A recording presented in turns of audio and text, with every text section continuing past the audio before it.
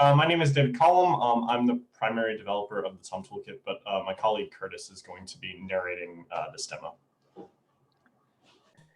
Yeah, thanks. So as David said, my name is Curtis McCully. I'm at Las Cumbres Observatory, and I'm presenting on behalf of the whole Tom team, which includes people like who are a lot on this call, like Rachel Street, Andy Howell, and then David Collum, who is the primary developer. He's going to be driving a lot of this.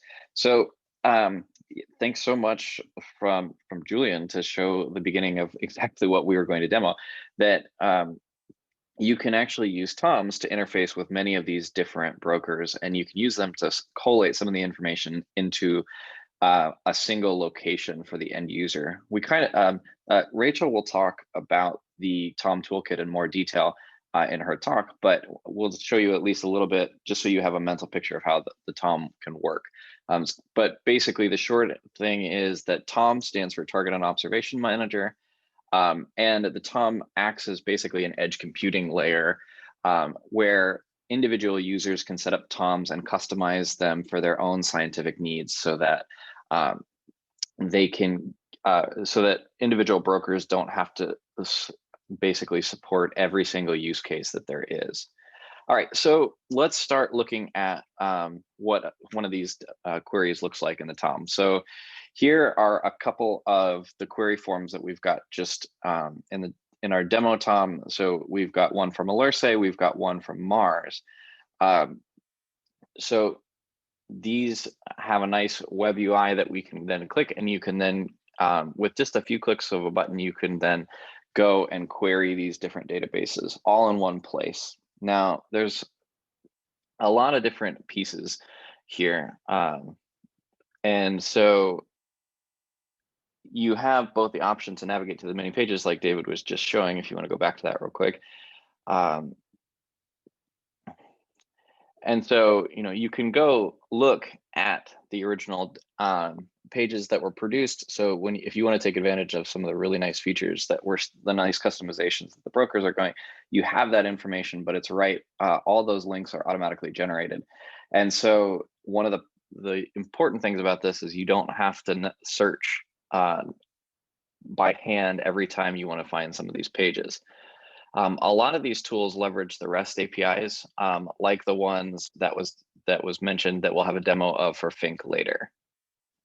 Okay, now there's a lot of things that you can do with these pages. So because a lot of this is API based, all of these can be programmatically scheduled, and so you can say go query different brokers at a given time, say on a cron job. And this is what this view right here is a really good way to set up those queries. Now, we can then use that data to basically to customize the scientific goals of these things. And so TOMs are really focused on follow-up of these targets. So once you find the target, what do you do with them? So let's say we've decided that this is an interesting target. With just selecting one or two targets, we can then click create a target, and it will automatically pull the relevant information from that broker, and it will save it in a local database so that it will then create a page to manage the follow-up for this object. So in this case, it gives you a small thumbnail of the field. It gives you a few other things. Now, from this page, there you can also do a lot of other things. So one of which is you can manage your data, but you can also trigger observations directly. So for example, if you wanted to go trigger Las Cumbres follow-up, you could click on LCO.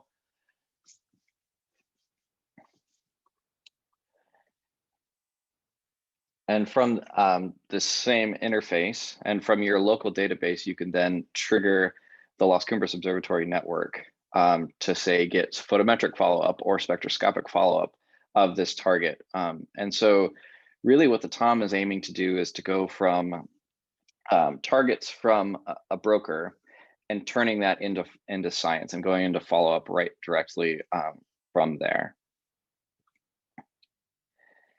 So far in the TOM Toolkit, we support give or take 8 different brokers. And so I do want to say a big thank you to the groups who've collaborated with us, including Fink and Tari as Lacer, Alerce, and Mars, and make sure, and I'm sure I've forgotten some, so if I missed you, I'm sorry, but there's a lot of power in bringing all of these results into a single place, especially for the end user, because it allows them to then coordinate their follow-up across many different things, many different resources. But it also, if there's different pieces you need from each of the brokers, you can put it all in one place to really streamline the user experience. Now, I also want to show some of the more interactive plotting that we've been setting up recently. And so, David, if you want to go to that.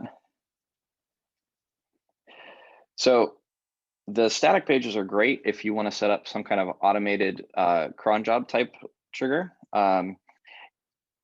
If you want something that's more interactive, we've been implementing some things in Dash to try and make some of these more reactive, user-friendly tables. And so this is querying the SEMA database, which we'll hear more about SEMA later today, and there will demo a little bit of the full end-to-end workflow of the SEMA, of like a gravitational wave event type event later. But just to give you a flavor, so this is all implemented in Dash, and so these are some JavaScript components that then give the user more interactivity. You can quickly select between the different brokers, and so you can look for targets very quickly in a single interface. So, for example, here are some backpopulated ZTF targets with that are the supernova type with some classifier probability. And so from this, you can then quickly create targets that you'll want to follow up.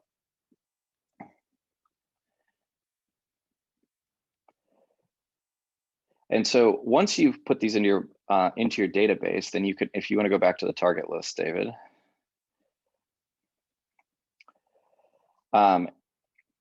You basically have this shopping list of all your scientific targets of interest, which is very powerful for the end user, as now all of these are in one place. You're no longer having to go to the brokers, which are kind of a stream of targets, but instead you have your shopping list of your interesting targets for an individual group to go follow.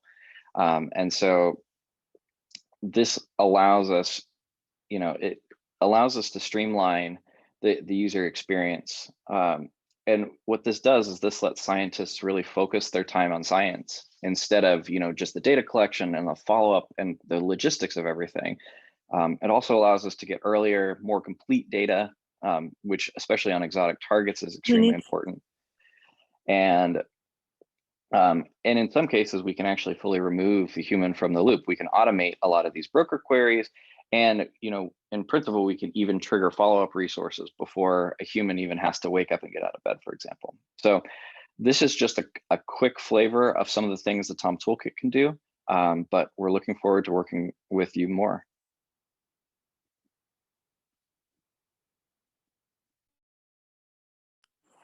Thank you very much, Curtis. I think this is very useful. So if anyone has a doubt, a question, we have some time. If not, please go in Slack. I don't see any question right now, but please ask them in Slack. So thank you very much, Curtis, and let's move on then.